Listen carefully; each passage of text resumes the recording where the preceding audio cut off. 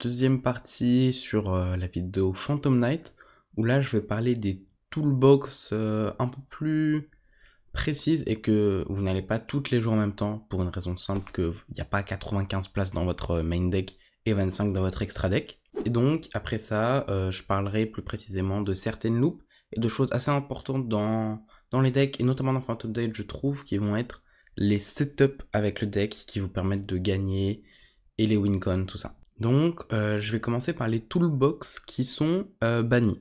Si jamais, je sais pas, vous jouez à un ancien format ou qu'elles sont des bans un jour, peut-être sur Master Duel, je suis pas trop au courant de la ban, mais peut-être qu'il y en a qui sont pas touchés. Donc, on va commencer avec la toolbox d'Agda. Donc, c'est une toolbox qui est cancer, hein, c'est pour ça qu'elle est ban en TCG. Donc, en TCG, c'est pas Dagda qui est ban, c'est la target de Dagda qui est Size. Donc, en fait, ce que fait cette toolbox, c'est lorsque vous activez une carte et que Dagda, qui est une lien 2 qui demande juste 2 monstres, donc vraiment plus générique, vous pouvez pas.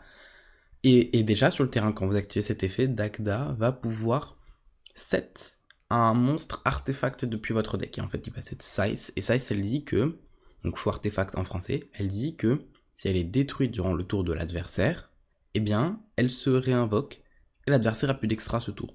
Donc, voilà la tête de l'engine. Sauf que les gens, ils sont intelligents, ils l'ont poussé un peu plus, notamment avec une autre carte qui s'appelle Crystron, qui était bonne aussi. C'est un peu bête, hein. Où en fait, ce que ça fait, c'est que t'avais juste Crystron et Dagda, c'était ton endboard. Standby phase de l'adversaire, effet Crystron, il se ban.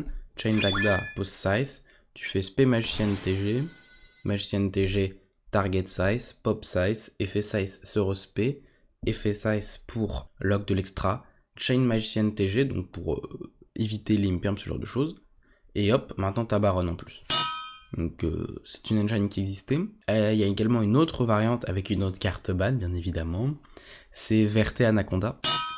Donc Verté qui peut copier l'effet d'une fusion en l'envoyant au cimetière en payant 2000 points de vie.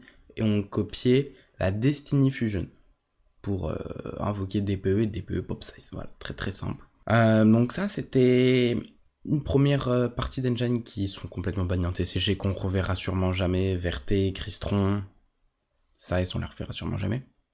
Donc une autre qui est beaucoup plus récente, c'est Isolde.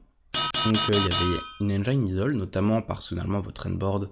Si jamais on va dire que vous avez eu accès au one card combo, donc one card combo le plus simple du monde.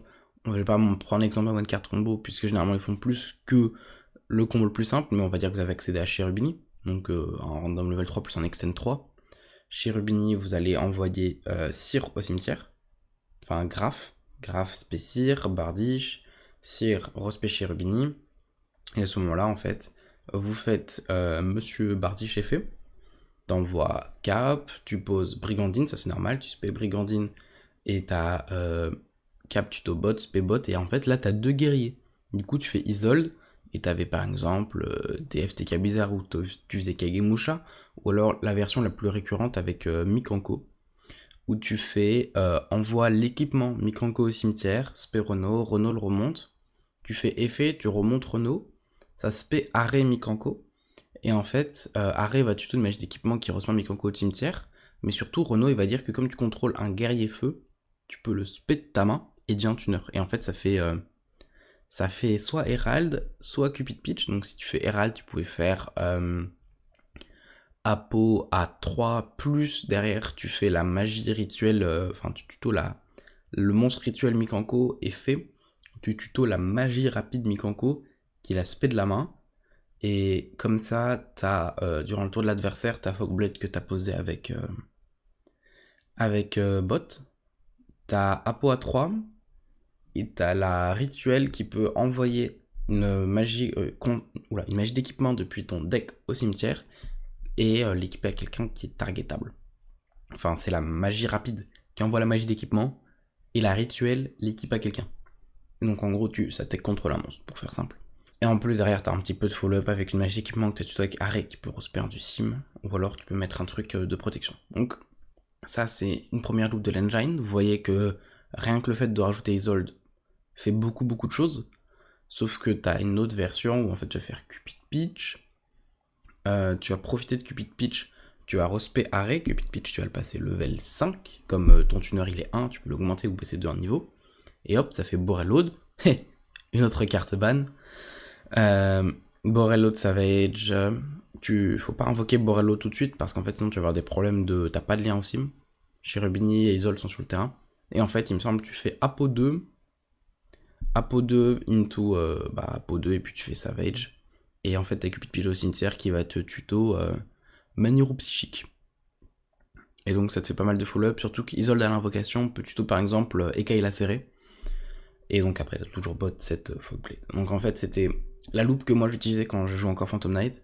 Et donc ça faisait que mon endboard c'était Bardiche, Apo 2, Apo 3 si j'ai un extend,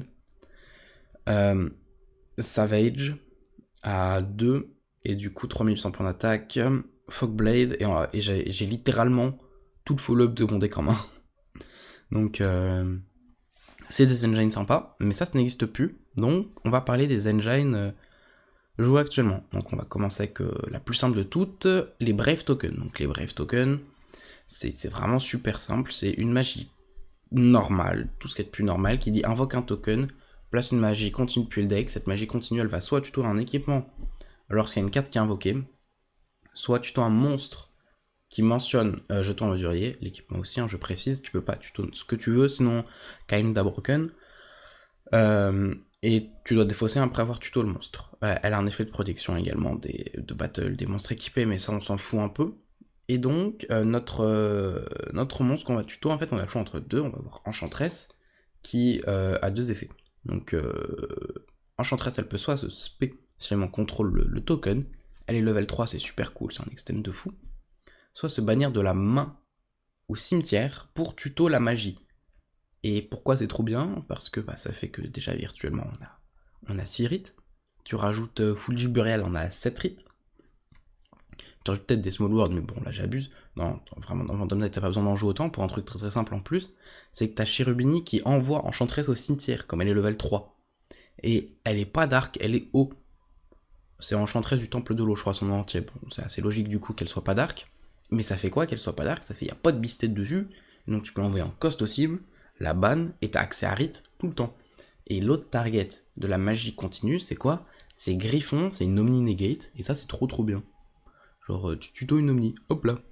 Et donc en fait, ça fait que Phantom Knight, normalement, tu invoques 2 monstres, tu fais Cherubini, ça fait 3ème invocation, Cherubini envoie Enchantress, Enchantress tuto Rite, Rite effet spell token, ça fait 4 invocations, et en fait tu vas directement aller tuto Griffon, plutôt que d'invoquer un pour tuto magie d'équipement, tu vas tuto Griffon tout de suite, tu le spé, t'as Griffon à la 5ème, donc t'as une Omni à la 5ème, et donc en fait tu protèges ton combo de Nib, et ça c'est trop trop cool, dans un deck qui a un petit peu du mal face à Nib, on va pas se mentir.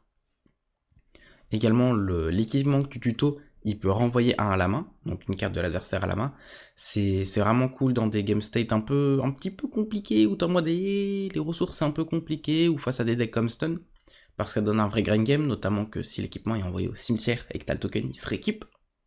Ça c'est très très cool. Et l'effet de Bounce, c'est pas que s'il est équipé.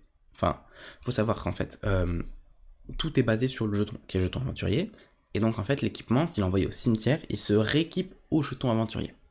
Sauf qu'en fait, l'effet de Bounce, c'est pas s'il est équipé au jeton aventurier, c'est s'il est équipé un monstre sans effet. Et ta Brigandine, c'est un monstre sans effet aussi.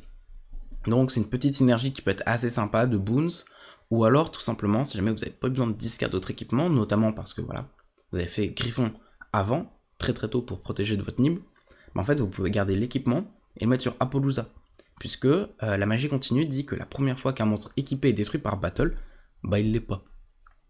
Donc en fait votre Apo vous donne un peu de protection comme ça, c'est très très cool. En plus les gens connaissent pas beaucoup l'effet, du coup il est très probable qu'ils crachent leur battle et puis bon. Donc ça c'était un peu tout pour Brave. En général au niveau des ratios, ça dépend en fait beaucoup de la version que vous jouez. C'est-à-dire que si vous allez jouer genre Phantom Knight, Brave, pas d'autres engines, je veux dire en dehors d'Abyss Ardent, ce genre de choses, les petites engines, en fait vous allez jouer 3 rides, 3 enchantress, 1 griffon, une aventure, un équipement. Donc vous allez vraiment maximiser vos starters. Et peut-être un full Boreal parce que c'est assez cool dans Phantom Knight. Après, on va arriver à une autre engine qui est aussi très très cool, je trouve. Ça va être les Horus. Malheureusement, en dehors des DB, jamais pu tester l'engine. Donc, ce que fait Horus, il va se baser sur une carte qui s'appelle Gold Sarcophagus. Gold Sarcophagus, ça dit que tu peux défausser un ou envoyer un de ta main au cimetière en coup, je sais plus du tout c'est quoi les mots. Et ça envoie un Horus au cimetière. Et ce qui est rigolo, c'est qu'il est quand même écrit maximum 4 fois par tour. Et donc, en fait, les Horus qu'on va envoyer au cimetière, ils disent que si jamais t'as Gold Sarcophagus, ou King Sarcophagus, je sais plus, enfin, t'as le sarcophage, il se réinvoque. Mais c'est pas un effet qui s'active, c'est genre tu l'as, il est là. T'as le sarcophage, tu l'invoques. Vraiment, ça se déclare pas. Donc c'est cool, ça joue sous Ghost Bell, ce genre de choses, voilà, ça va être pas mal. Et en fait, les monstres qu'on envoie, les Horus, c'est des niveaux 8. Et bah, des niveaux 8, il y a beaucoup d'X6-8, je pense que c'est les meilleurs ranks avec X6-4, je pense. Donc en fait, en X6-8, vous allez avoir Zombie Vampire, Kimmel 4, Kyros P1. Donc c'est très très cool, notamment si vous couplez ça avec Adventurer. Parce que, oh là là, je peux pas faire effet Turnscale parce que je l'ai norme. Sauf qu'en fait, bah, tu n'as pas de norme Turnscale puisque tu la respectes, Zombie Vampire. Ça te donne une info sur le deck de l'adversaire. Par exemple, imaginons à tout hasard il joue Tear Element. Bah sur ton endboard, tu fais juste Dweller. Voilà, c'est aussi simple que ça.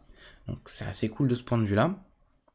Tu peux aussi faire soit numéro 38, soit numéro... j'ai oublié son nom, mais c'est une Monster Negate. Donc en fait, tu peux aussi te protéger de Nib. T'as pas mal d'autres cartes intéressantes dans Horus, notamment le fait que le sarcophage dise qu'au début de la damage step, si t'as un Horus qui combat, il peut détruire le monstre adverse. Et en fait, les effets des Horus sont aussi super intéressants, c'est-à-dire qu'on a le principal qui est MCT, qui est le seul qui a un effet en main. Lui, c'est celui que tu veux open le plus. Il se défausse lui et une carte de ta main. Il tuto sarcophage et hydro 1. Donc en fait, t'as 6 sarcophages dans le deck, encore une fois, c'est comme Rit. Vous voyez, les engines se ressemblent un petit peu, mais elles sont assez cool. Et donc en fait, l'autre effet d'MCT, c'est que si une carte que tu contrôles quitte le terrain, tu peux envoyer une carte sur le terrain au cimetière sans target, c'est très cool. T'as Happy, c'est son copain. Lui, il dit que si pareil, c'est une carte quitte le terrain par une carte de l'adversaire, sauf par battle par contre, enfin sauf durant la damage step, donc c'est sauf par battle. Il remonte 2 cartes qui sont soit bannies soit au cimetière, donc le Grind Game de fou furieux. Et puis après, t'as un de ses potos qui dit que tu pioches un pour chaque monstre avec un nom différent main monster zone, et t'en as un dernier, je sais même plus ce qu'il fait. Enfin, voilà, généralement, c'est une engine qui peut soit start vos Phantom Knight, soit un peu protéger votre loop en mode si jamais il a des boons ou des trucs comme ça, vous allez pouvoir recycler, pop, faire des trucs, soit vraiment protéger votre loop avec des X6 et tout ça. Donc au niveau des ratios, moi je trouve déjà ces 3 M6, ça c'est obligatoire. Et on va être sur entre 2 et 3 sarcophages, ça dépend à quel point vous voulez l'open. Faut absolument pas jouer un parce que si jamais vous l'avez hard open en main avec MCT, bah c'est vraiment chiant. Donc voilà, vous appréciez pas mal en avoir 2. Aussi pour au niveau du Grand Game, si jamais vous le meulez avec d'autres effets, voilà. Ou si jamais vous prenez une banne sur un Runic Type ou sur un Kashira, donc vous aimez bien vraiment en avoir 2. Par contre, au niveau des autres Horus, j'ai l'impression que ça dépend des gens. Moi, j'aime bien juste jouer un Happy, et puis après, je suis content. Parce que tu fais une X18, tu fais pas plus avec. Sauf qu'après, ça dépend, dans certaines loops, il y a des gens qui en font plus pour faire un board un peu plus gros. Mais bon, je trouve pas ça très très intéressant.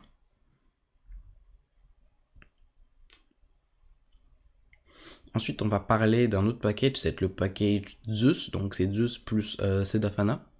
J'ai l'impression qu'il est de moins en moins joué le package. En fait, généralement, les gens ils coupent juste Sedafana, ils prennent que Zeus.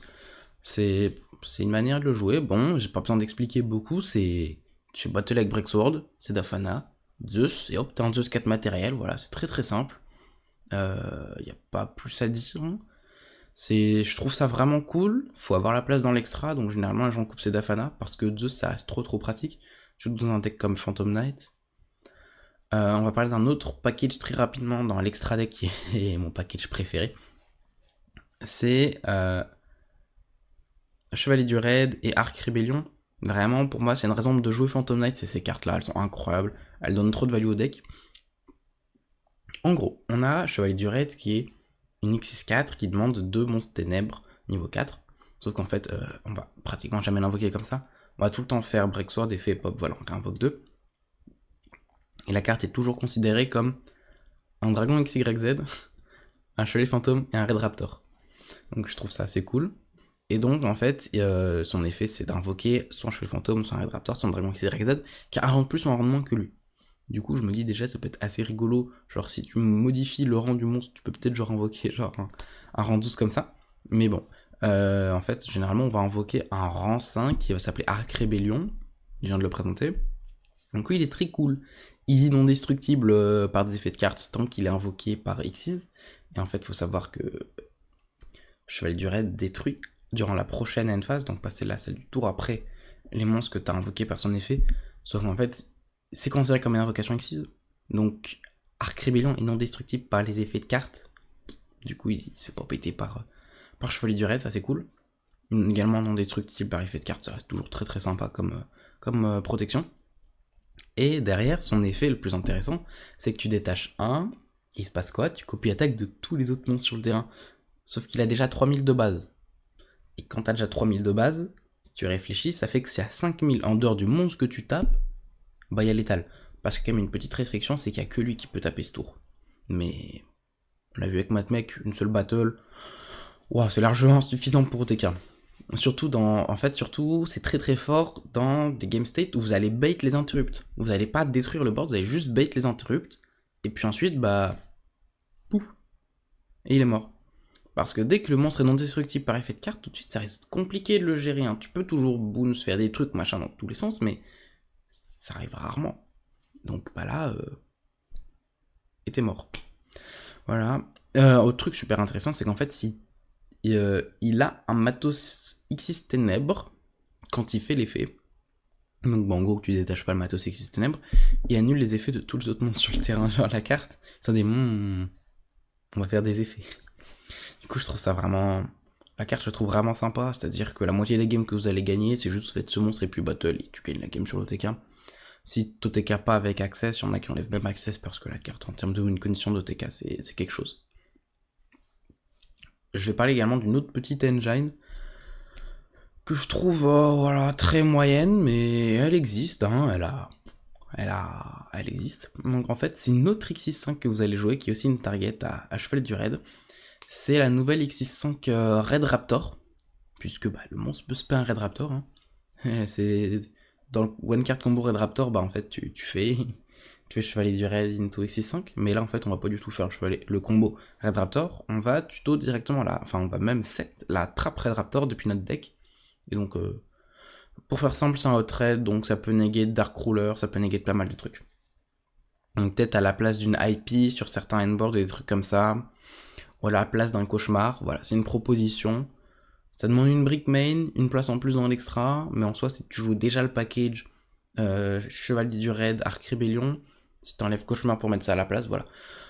Je trouve que le package est pas forcément des plus intéressants, mais je le trouve assez sympathique. Il me semble que j'ai parlé de plus ou moins tout, donc la liste que je vous propose plus ou moins avec tout ça, c'est une liste où du coup on va jouer beaucoup moins de Brave, parce qu'en fait vous avez remarqué, on peut y accéder avec Cherubini, on peut les meuler avec Zombie Vampire, donc en fait on va être plus sur une version où on va jouer un rite, parce qu'en fait Enchantress peut aussi l'ajouter du cimetière, donc on va être sur un rite et 3 Enchantress, parce qu'on préfère beaucoup plus Open Enchantress que rite, ce qui est un peu bizarre quand même si on joue sous drôle.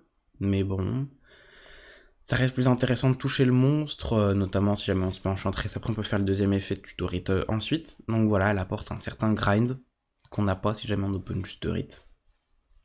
Donc, vous avez des listes Phantom Knight, Brave Horus, ou alors vous avez toujours la liste que je vous ai montrée dans la dernière vidéo, il me semble, je vais vous la remettre en description. C'est ma liste Phantom Knight où du coup je fais un autre combo. Je pense que je vais la présenter. Bah, je vais présenter le package maintenant. Donc, un autre package que je trouve intéressant, que personne joue à part moi. Ça, c'est mon package de guignol.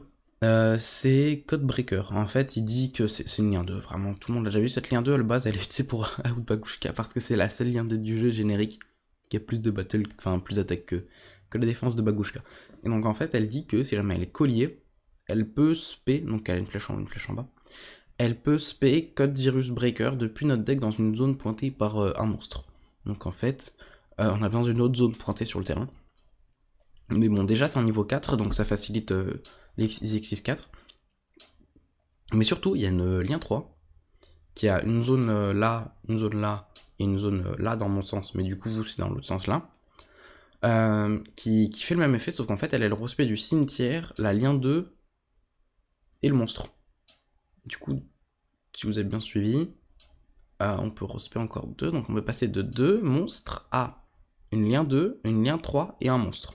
Donc en fait, le monstre plus la lien 2, elle peut faire Bardiche, et puis vous faites Bardiche, et puis Bardiche, voilà. On va scène de, je sais pas quoi, on va scène de cap, on va poser Fogblade, on fait Ban Caps, P-Boot, hop, lien 3 plus Boots, on fait Griffon, et du coup on a Apo, Griffon, Bardiche, double Fogblade.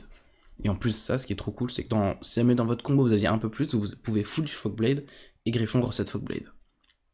Donc voilà, c'est un petit package que je trouve très sympa. Donc bien sûr, pour ça, il faut avoir un monstre en zone extra qui pointe 3 zones. En fait, 2 ça suffit, puisque théoriquement t'as la lien 3 qui pointe une zone aussi, mais juste on le fait à peau, ça, genre c'est le plus simple dans la loupe. Voilà, on sait pas chier, on fait juste à peau. Donc on start avec genre des engines assez simples comme Brave, ou des punks, ou des trucs comme ça. Et puis juste on fait à peau, et puis voilà, on est protégé Nib, on est protégé de tout. Et puis le N-board, je trouve très sympathique, hein, N-board à peau à 2 ou 3, plus derrière Griffon, les doubles Fogblade, voilà, je trouve le N-board vraiment cool. Et juste on a des petits problèmes avec cette liste du type Nibiru qui fait un peu plus mal, puisqu'en fait on va sacrifier nos Braves, et on a un autre souci surtout avec le deck, c'est Darkcrawler, je sais pas si vous avez remarqué, mais en soi on a toujours double Fogblade, donc vous voyez, plus Evenly, on a des gros soucis, mais personne joue Evenly dans la méta, c'est même pas en main, enfin pas en side surtout. Donc voilà, c'est une autre engine que je trouve assez sympathique, que personne joue, je vous laisserai l'essayer. L'intérêt de cette engine, c'est qu'en fait, comme vous voyez, on s'en fiche de quel monstre on invoque, vraiment, juste, c'est pour moi une des loupes les plus intéressantes d'un Phantom Knight, parce qu'elle prend les bodies les plus random, et elle les tourne en quelque chose, et pour moi, c'est ce qui est vraiment intéressant, c'est ce qui fait qu'en fait, on peut rentrer d'autres micro-engines, comme j'ai dit les punks, qui peuvent faire de synchro, mais bon, dans cette version, j'ai pas la place en extra. On peut rentrer Fenrir, qui est un extender gratuit, enfin, on peut rentrer plein de petits trucs qui font juste des bodies, et cette version est capable de transformer ces bodies en handboard, et ça, je trouve ça très cool. Voilà, c'est tout pour cette vidéo. Si jamais vous avez d'autres cartes, d'autres engines, des remarques, ou quoi que ce soit à dire par rapport à Phantom Knight ou n'importe quel autre deck, je vous attends en commentaire. Sur ce, c'était Yuto. Une prochaine vidéo.